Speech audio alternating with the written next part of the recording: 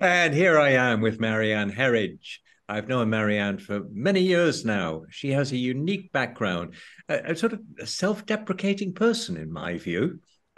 Somebody who travels a lot, a fiendish amount. She goes to Nepal. She's often found in Italy and various other places of the world where she can tell you about that. Marianne has a unique background, and really, well, let's see what Marianne has to say for herself. How did you wind up on the Côte d'Azur, Marianne? Um, I suppose I have to, much as I hate EasyJet, I have to say it was EasyJet's fault because they had a super cheap flight one winter.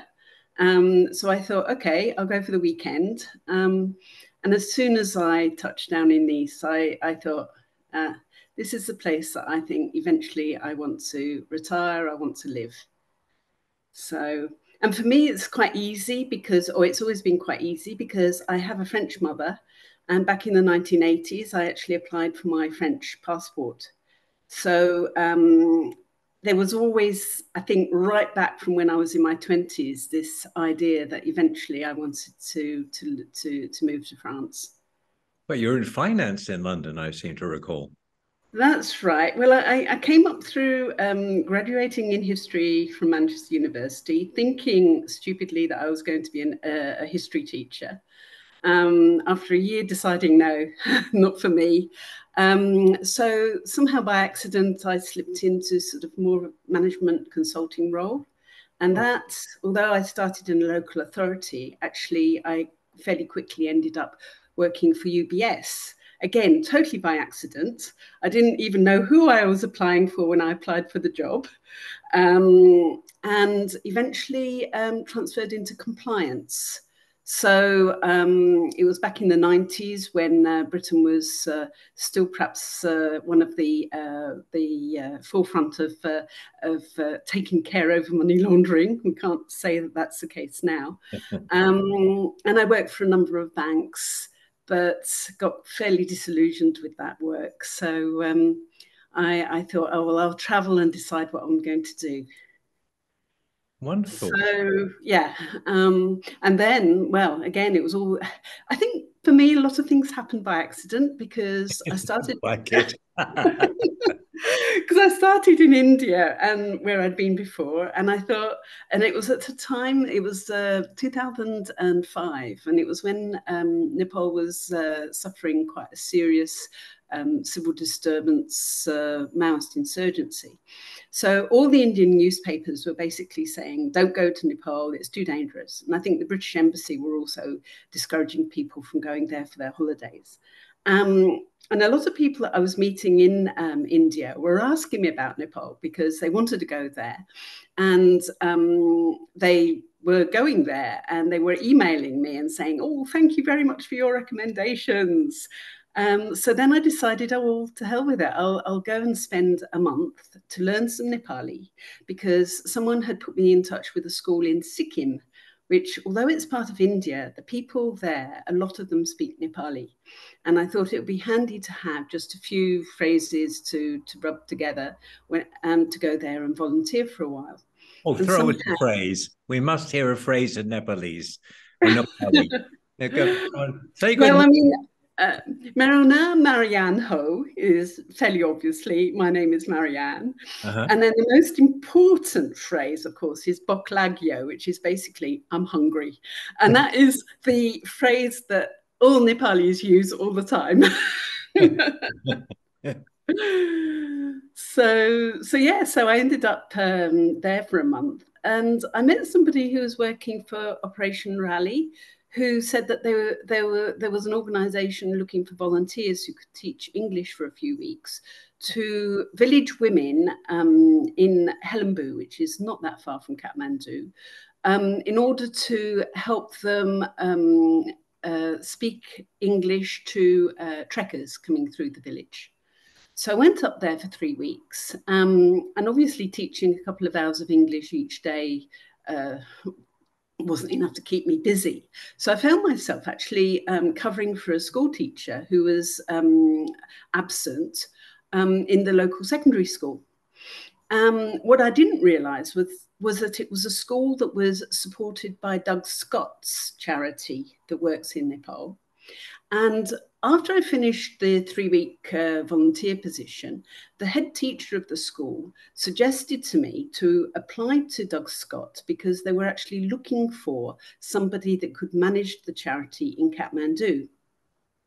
So when I got back down to Kathmandu, I called up Doug Scott. He said that he would be around in October and would love to meet me. So although I was promised the job, it didn't work out in the end because he had decided by himself to appoint me and hadn't actually consulted all the other trustees in Cumbria, where I think they were based. So I found myself having found myself an apartment all ready to go and no job. But I thought I could stick around for a while in Nepal. And one thing led to another. And I found myself applying for a job for an organization called Mountain Forum, which was a small NGO that basically is about sharing information about mountains around the world, not just in Nepal. And they wanted somebody who could help develop a digital library and edit a journal. So for a few years, I did that. I ended up working in Kathmandu. It was probably the most interesting job I've had anywhere in my life, with the most interesting colleagues from all over the world, but particularly from the Himalayan countries, because it was associated with a very big, important INGO called ICIMOD. And don't ask me what those initials stand for, because I always get it the wrong way around, which is basically a big research NGO that research all aspects of the Himalayas. And we're talking about all the countries where the Himalayas falls, climate change, water, the lot.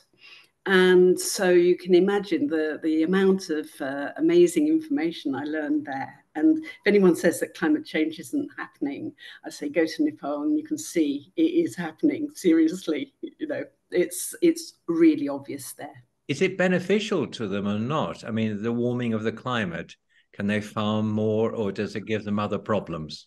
It's pros and cons. Potatoes now can grow nearly not that far down from Everest Base Camp. Oh, So the people that live there can now grow potatoes. But the oh, whole of that valley going up to Everest is on perpetual alarm. I mean, a bit like the alarm we heard last night about the weather warning in the Nice area. They have got systems up there now because there is huge concern that at any time the glacial lakes up there could actually burst, oh. because the melting of the glaciers up there means that you've got lakes that are ready to flood. And if they were to flood the Khumbu Valley, I mean, you know, they speculate about the damage that will do and the number of people that will kill, but it will just sort of wash out that valley leading up to the Everest base camp. Wow. So, you know, there's sort of like pros and cons, if you like, because yes, you can grow things and perhaps, you know, the weather's not so cold. And so that means you don't have to cut down so many trees for heating, that sort of thing. But then again, you've got all the other problems. So it's not, it's the lack of stability is the thing. Yes, Yeah. yes. But your charity there actually supports nurses and things like that. That's right. Yes, because when I was working there, I suppose the education interest never left. And first of all, it was schools. I was constantly being taken to my friends' schools to say because they wanted to show me what a terrible situation it was in the government village schools. And I was like, I don't know how. I think I was communicating with a friend of mine in London. He was a retired High Court judge. And I said to him, I'd never seen classrooms with like, you know, 60, 70 children in one class before. And he very kindly offered to pay for a teacher. And so we hired an extra teacher for this school. And very quickly I realized, well, I need to set up as a registered charity, because in that way, when people want to make donations, if they're from the UK, then there'll be some tax implications. And I will also be in a better position to be able to go out and ask for money. Yeah. If, because people are not going to really want to donate to an individual that they don't know. So it just grew from there because I found quite a lot of people were interested in the idea of, rather than sponsoring a child's education, why not sponsor a teacher's salary to help provide better Brilliant. education to more children. And that was very much the principle that Doug Scott used with his charity. So I was really just copying what he was doing, because that school where I was teaching as a volunteer was very much a good example of where there were a couple of teachers in that school that were paid for by Community Action Nepal, Doug Scott's charity. They were under the complete control of the school. So that meant that, you know, there was no sort of interference or anything like that, which again, I thought was the best way to do things, because a lot of people coming from the outside think they know what's best for a local community, but they don't, you know. And so I was just following his example. Now, he also had health posts all over Nepal. And it was through a nursing friend. She was a nurse from Edinburgh who was a bit fed up and disillusioned with the NHS. So she was taking a break in Nepal. And she suggested to me that there would be a lot of interest from medical students in Britain who have to do a month or two as part of their training as an elective in a country of their choice. And why not encourage medical students who want to do this in Nepal? So through, I think it's called Wilderness Expedition or something. I'd have to check the name. It's an organization that provides medical courses for medics that are interested in extreme medicine. And they very kindly agreed to advertise, because, I mean, how do you advertise a thing like that? But of course, a lot of medics read their newsletter. So I started to get applications. And the very first medical student who came, that was in 2008, I was a bit nervous because, you know, I'm sending her into the middle of nowhere to a health post. So I asked Jill, this nurse friend, if she would go with the medical student. And blow me, if, you know, when they came back, they'd actually saved the life of a baby by being able to convince the parents to take the baby to the hospital. And usually it's nothing more than that, because of course the parents were not really taking much notice of the fairly elderly, not very well qualified local nurse. But of course they see the white person who's a doctor, even if she's a medical student, who's telling them that your baby needs to go to hospital. And they took notice. And so it just went on from there. And I would say that over the years, there's been quite a few cases like that where, you know, medical students from the UK have actually saved lives out there. That's amazing. Let's move swiftly back to Nice. I just have Yes. to get this in, because one thing that you're doing here, and very successfully, because I see photos of Facebook, is a drawing group. And I just want to tell me a bit about that. Is it an international group? How did you get involved in that? Because you're busy. Now, not only have you got Nepal, but you're here, there, and everywhere, but you still find time to organize a drawing group. Tell me about it, please.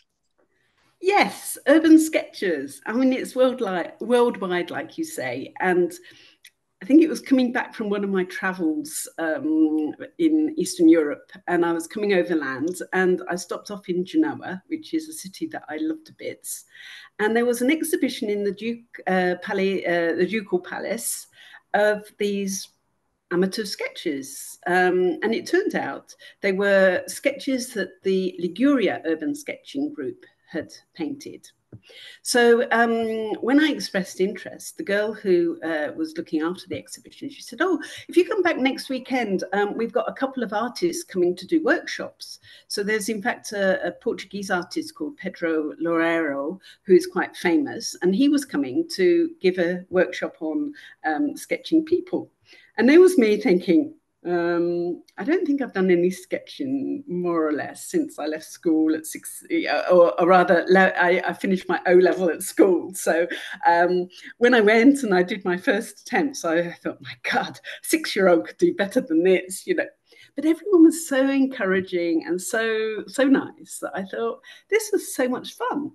why not? Why isn't there something like this in Nice? Because I look around Nice all the time, and I mean, I've been here since year 2000, and I'm still pinching myself to say, God, I'm so lucky to be here. I mean, every direction you look, every way, it's just such a beautiful place. So when I got back to Nice, I realized that it was not the case that there wasn't a group. It was just that someone who had set something up just didn't have time to do anything. Mm. And since well, yes, I'm busy, but it's all sort of self-imposed busy. I thought, why not? So on Facebook, in theory, we've got something like 700 members, but I have to keep reminding people that this includes a lot of people from all over the world who have visited Nice and perhaps have come and joined us once while they were on holiday, or people who are just interested to see what we're up to. So I would say that we've probably got about 2 dozen or so regular members that come, maybe not to every session, but you see them all the time. And we meet on the second Sunday of each month, usually in Nice. And in fact, going forward, it's going to be very much Nice for that second Sunday of the month. Whereas I'm interested in exploring much more the whole area. So I quite often take groups to San Remo, because San Remo I see as being about the limit without a car, where you can get to fairly easily from Nice. You've got the train, you've got good transport. And we've got quite a lot of sketchers who also live on that side of the border who find going to Genoa too far. So they are actually closer to the Nice group. And they're also regulars. I'm in the process of encouraging a guy in Antibes to go and set up a group. Yeah. So in the hope that we can then do joint events and this sort of thing. Do you go to see our poach villages much? Yes, I mean, I love the area pay, in particular all those villages along the Tren de Merveille line, because again, it's so easy to get up there, and you're in a different world. It's just so fantastic, and all of those villages, I have a thing about sketching churches. I just love churches. So recently, when I was in London visiting my mother, I was like looking around for British churches because I realised that I didn't have any sketches of British churches, which of course are a bit different. But I really love the Baroque churches. And a week or so back, we were in Sospel, and that's one of my most favourite of all, because that beautiful cathedral in Sospel. It has so much history, and it's just so beautiful that I can't get enough sketching of those. Well, we're very lucky here. Yeah. Right, our time is about up, Marianne. I'm so sorry. I'm really into it. uh, uh, can I give people details of how to get hold of you? So it would be Urban Sketches on Facebook. So it's Urban Sketches Nice on Facebook. Okay. The charity, which is no longer a UK registered charity because there were so many problems with it, but that still continues because I'm still sending medical students. I'm still sponsoring a midwife and a teacher. That's Rural Assistance Nepal. And again, the website's a bit old, but it's out there if people are interested.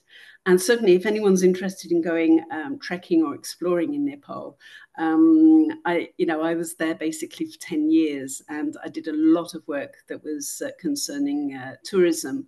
So, I can give them any information if they're interested. Brilliant. Thank you. Thank you so much, Marianne. I really appreciate your time. It's been Thank you, a Mike.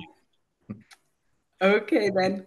Now, we keep smiling until I find the off button.